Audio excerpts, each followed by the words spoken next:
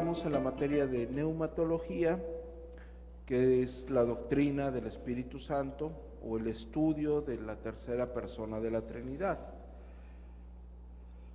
Hay dos puntos que se tienen que estudiar aquí.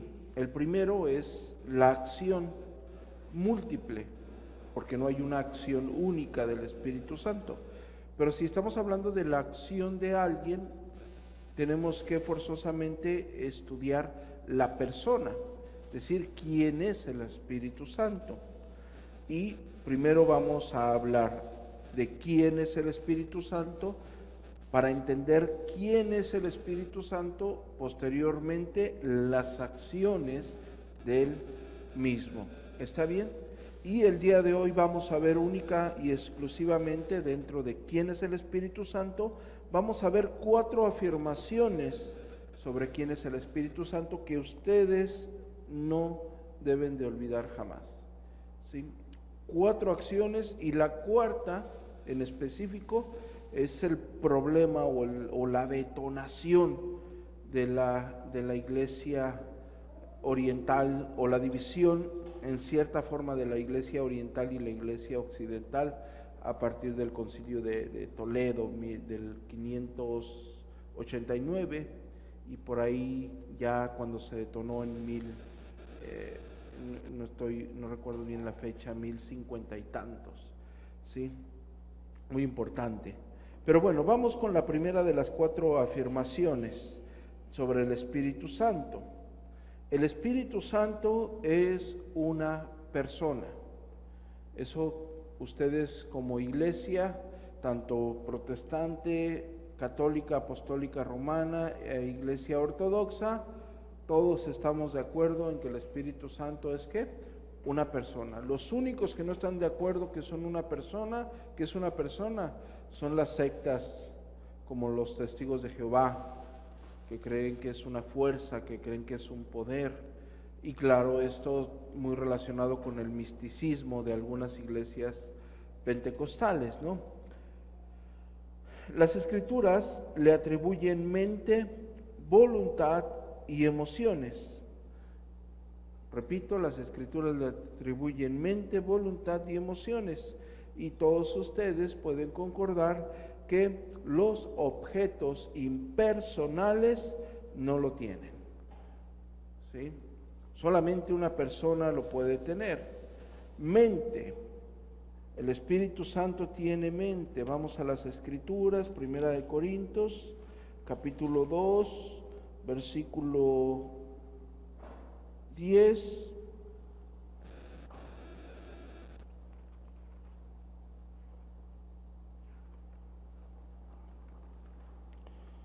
Primera de Corintios, capítulo 2, versículo 10.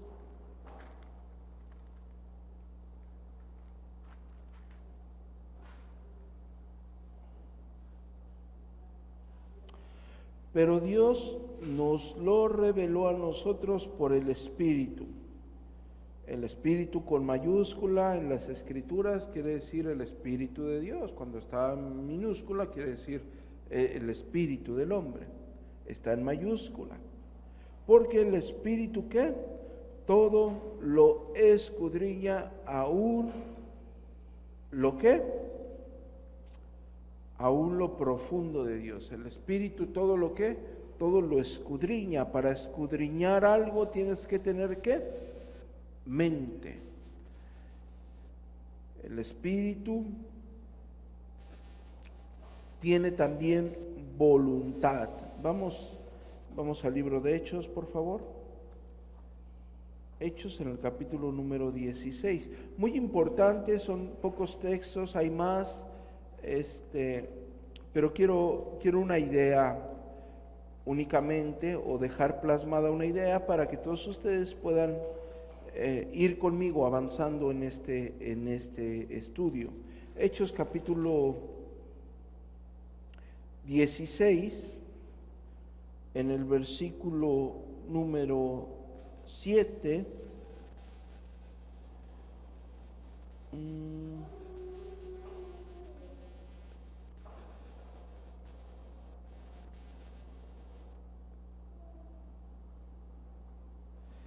Y cuando llegaron a Misia, intentaron ir a Bitinia, ¿pero qué?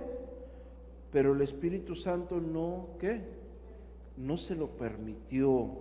Entonces tiene una voluntad el Espíritu Santo, no se los permite. Vamos a abrazar esto con otro texto, ahí en Primera de Corintios, en el capítulo número 12. Vamos a acudir a los textos para que todos nosotros podamos entender esto con más claridad. Estamos en el capítulo 12 de Primera de Corintios y vamos al versículo número 11. Pero todas estas cosas las hace uno y el mismo Espíritu. Espíritu con mayúscula es el Espíritu ¿de quién? Dios, el Espíritu Santo, repartiendo a cada uno en particular como ¿qué? Como Él quiere. Tiene voluntad el Espíritu Santo. Esto, espero que la palabra que estamos utilizando no se confunda o no traiga un concepto errado, y si es así, pueden hacer una pregunta. Pero como lo dije anteriormente, el Espíritu Santo como una persona no solamente tiene mente, no solamente tiene voluntad, sino también tiene emociones. Vamos a Efesios.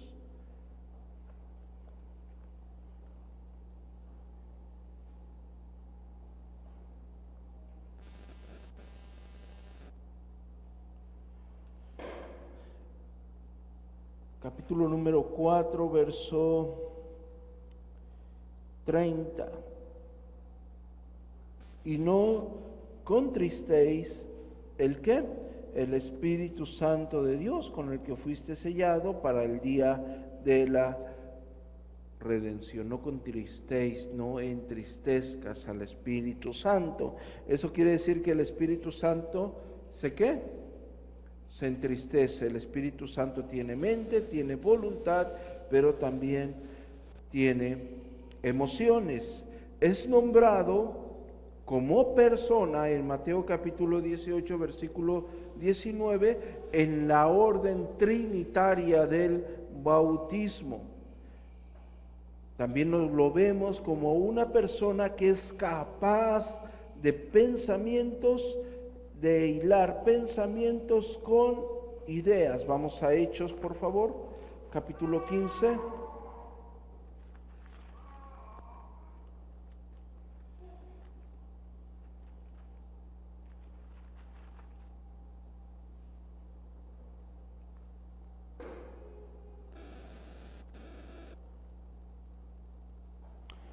Porque ha parecido bien al Espíritu Santo y a nosotros no imponernos ninguna carga más que estas cosas necesarias. Al Espíritu Santo, ¿qué pasó? Le pareció bien, tuvo un pensamiento, lo hiló con una idea, lo pudo aplicar. El pensamiento de una persona, en este caso estamos viendo el Espíritu Santo. El primer punto es que es una persona. Vamos al segundo punto.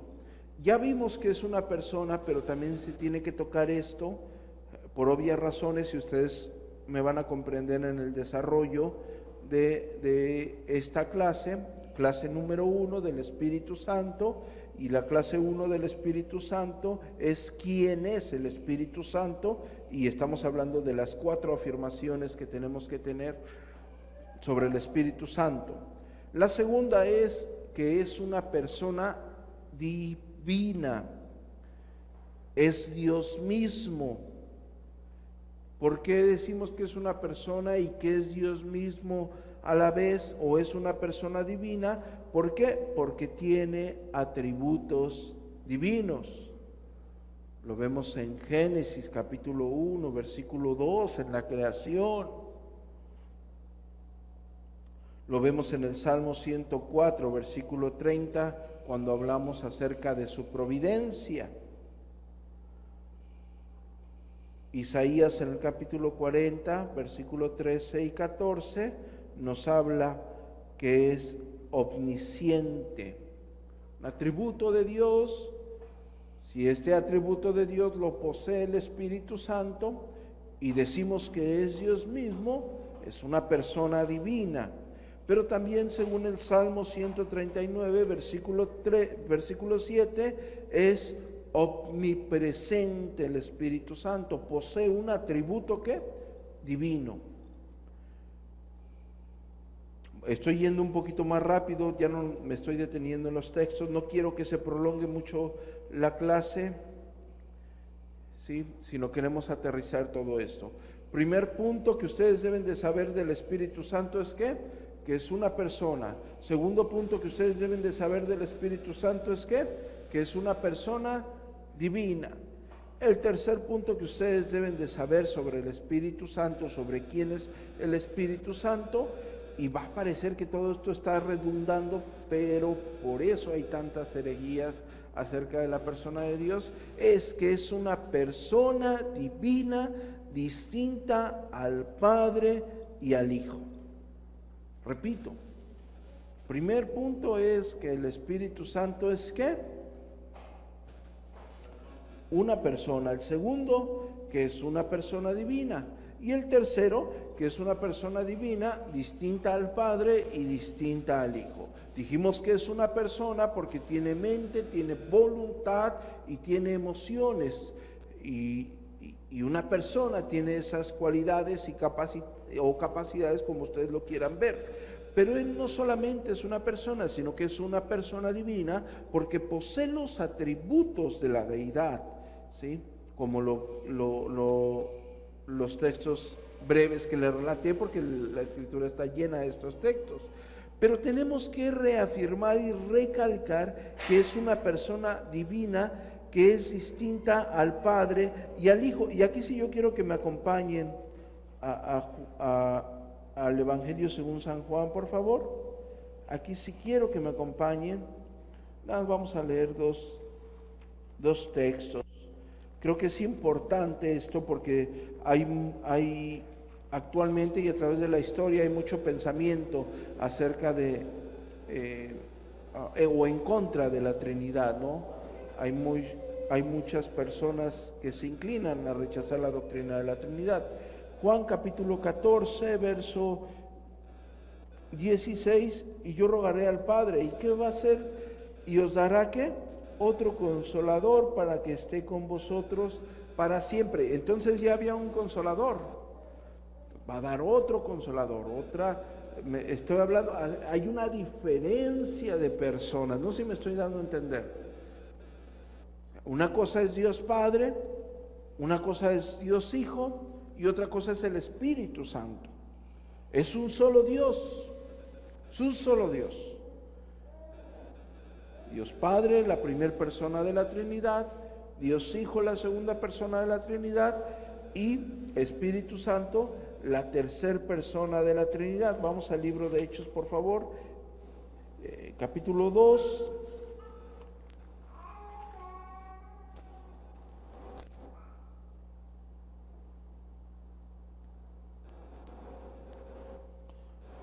El maravilloso sermón del apóstol Pedro en el Pentecostés, en el capítulo 33, él dice, así que exaltado por la diestra de Dios, ¿de quién está hablando?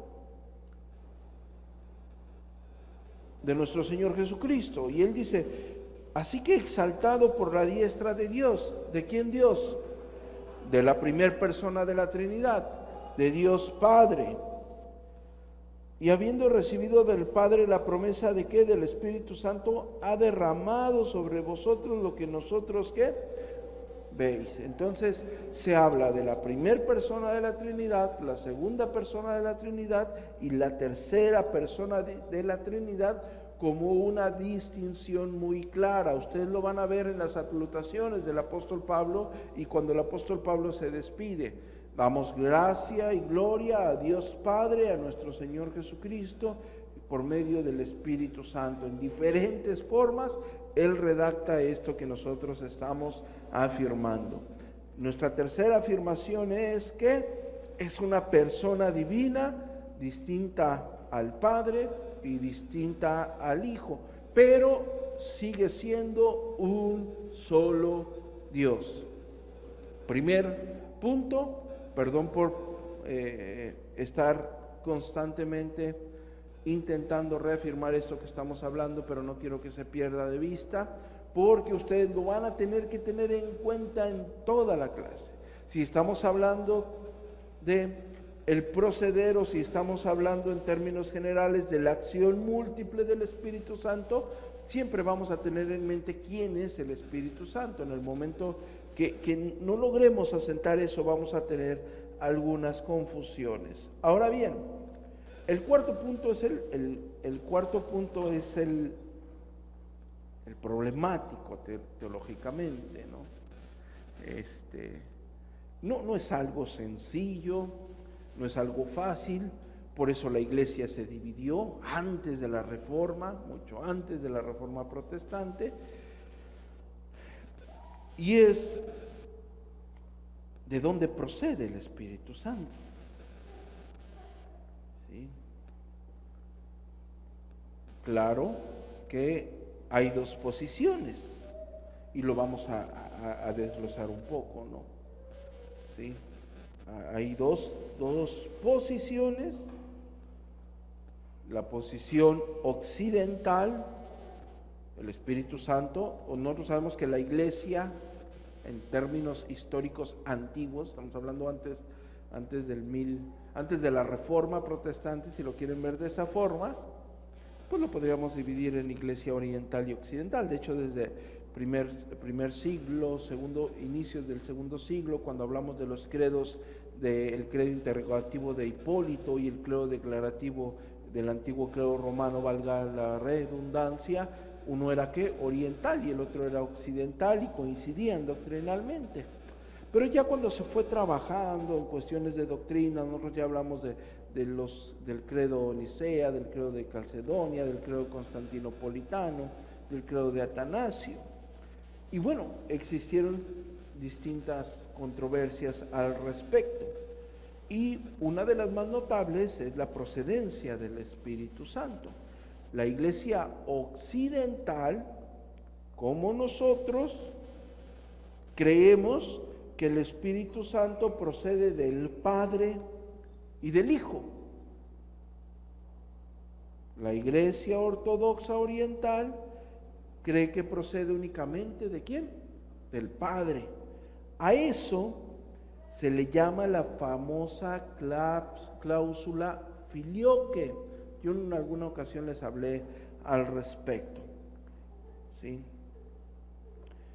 Y claro que todo tiene que ver con el Concilio de Toledo en el 589, que hace un momento les mencioné.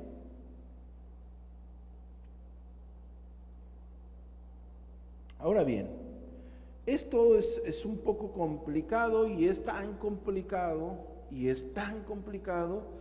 que la iglesia, en términos de erudición, estamos hablando de personas que dedicaron su vida al estudio de las Escrituras en dos diferentes posiciones en la tierra, y pasaron 1000 años y aún así siguieron en controversia de la procedencia del Espíritu Santo. Los ortodoxos, algunos, no todos, de hecho ya tendríamos que hablar de particularidades, pero ese no es el caso el día de hoy. Algunos creen que únicamente del Padre, y la mayoría de protestantes, así como la Iglesia Católica Apostólica Romana, cree que procede del Padre, del Hijo y del Espíritu Santo. Hay algo que se tiene que mencionar cuando hablamos de proceder, y ustedes tienen que remontar al credo Nicea. Recordemos que el credo Nicea hace una afirmación, dice engendrado, no creado. Y cuando hablamos de engendrado, se hace la referencia a proceder eternamente. Y yo quiero que me acompañen ahí al Evangelio según San Juan, nada más para hablar un poco al respecto. Recordemos que estamos tratando de revisar esto brevemente. Cada uno de ustedes podrá hacer un análisis más profundo, llegar a conclusiones.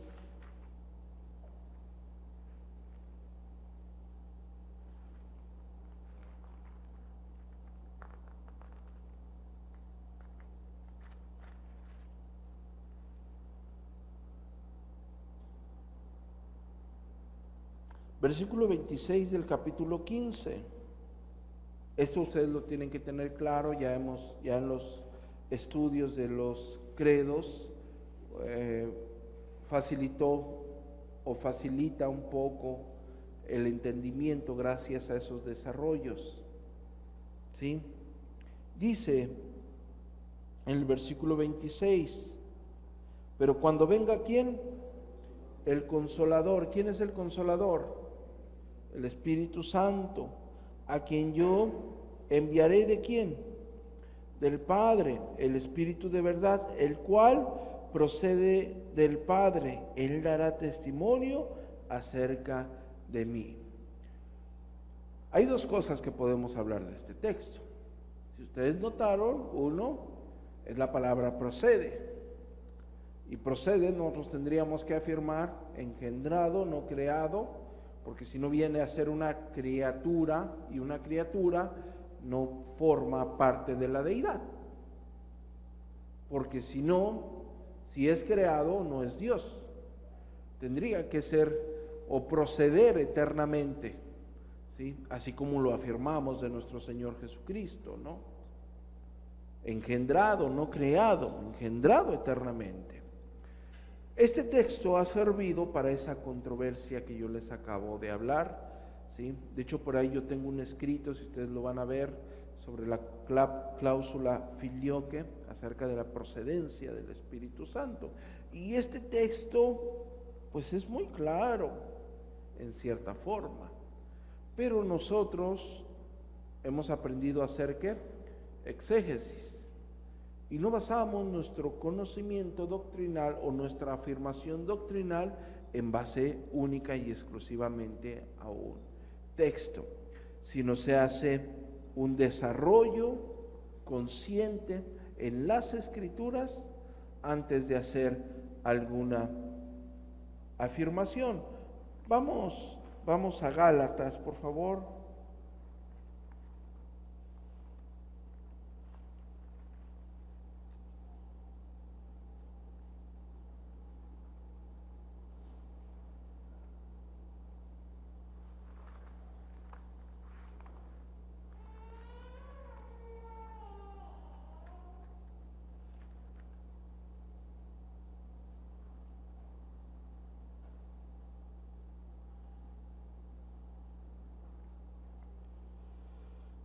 Gálatas capítulo 4, en el verso 6, dice, y por cuanto sois hijos, ¿quiénes son hijos?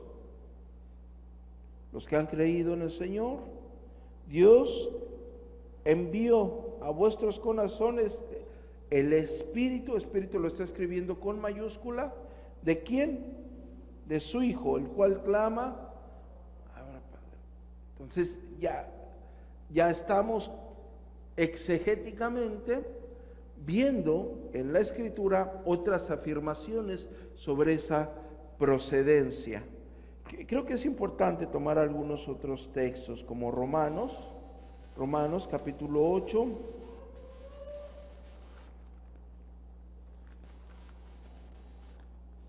versículo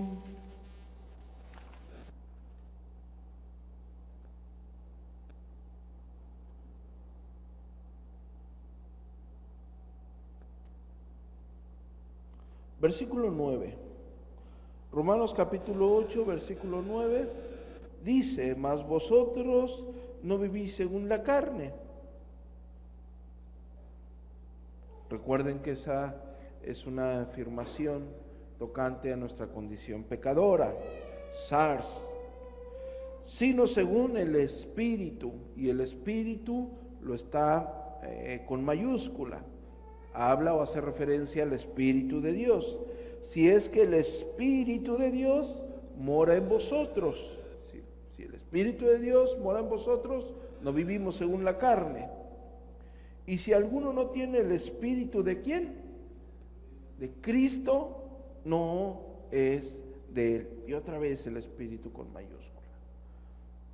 Ahí hay otra afirmación importante que se tiene que considerar en sus estudios acerca de la procedencia del Espíritu Santo. Yo creo que nos da tiempo de revisar otro texto.